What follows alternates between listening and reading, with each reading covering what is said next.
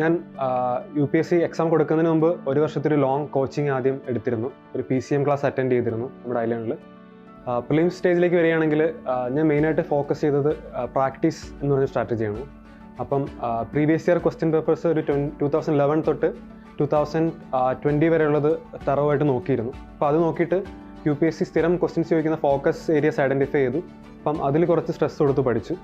പിന്നെ അത് കൂടാണ്ട് നമ്മുടെ ടെസ്റ്റ് സീരീസ് പ്രോപ്പറായിട്ട് എടുക്കുകയും അതിപ്പം അതിന് ഡിസ്കഷൻ ഇരിക്കുകയും അപ്പം ഓരോ ടെസ്റ്റ് കഴിയുമ്പോഴും അത് എന്തുകൊണ്ട് തെറ്റി എന്നുള്ളൊരു തോട്ട് പ്രോസസ്സ് ഡെവലപ്പ് ചെയ്യാൻ ശ്രമിച്ചിരുന്നു. അപ്പം ഓരോ ടെസ്റ്റ് കഴിയുമ്പോഴത്തേക്കും ടെസ്റ്റ് സീരീസിൻ്റെ ഡിസ്കഷൻ ഇരിക്കും.